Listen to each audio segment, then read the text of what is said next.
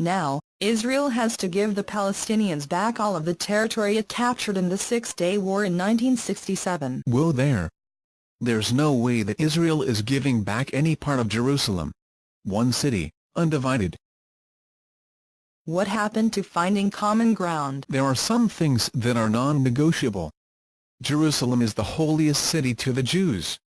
We've prayed for thousands of years to return to Jerusalem. It's not even mentioned in the Quran. I'll grant you that Jerusalem has special meaning to the Jews. But shouldn't you respect the Muslim and Christian relationship to it as well? I do. Israel allows everyone to visit their holy places freely. When Jordan controlled the Old City, no Jews were allowed to pray at the Western Wall. In fact, they blew up synagogues and used Jewish tombstones as paving stones for roads. Okay, so there will have to be a creative solution that will allow all faiths access to their holy sites in Jerusalem. But do you really want Israel to stay in control of a couple 100,000 Arabs living in East Jerusalem? So they should get out. Sorry, I didn't mean that. Old habits die hard. Well, what if they called their part of the city Al-Quds instead of Jerusalem? That might work. But there's still no way that Israel should have to uproot 300,000 settlers. So returning to the Green Line is impossible. They shouldn't have been there in the first place. Don't forget that those territories were under Arab control before 1967, and they never made any attempt to create an independent country for the Palestinians. Okay, so both sides made mistakes. But what's past is past. The question is, where do we go from here?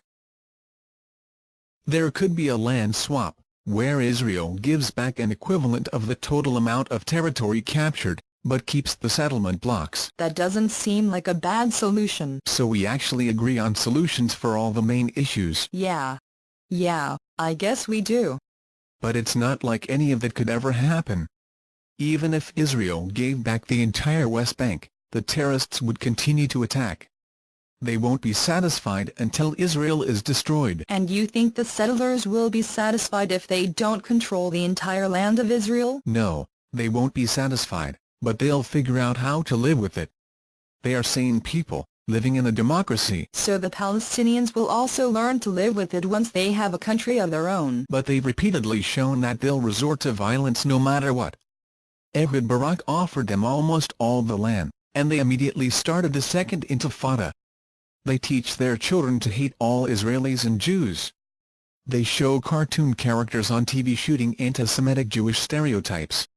How can they possibly learn to live alongside Israel in peace? The French and the British used to be bitter enemies. Now they're great friends.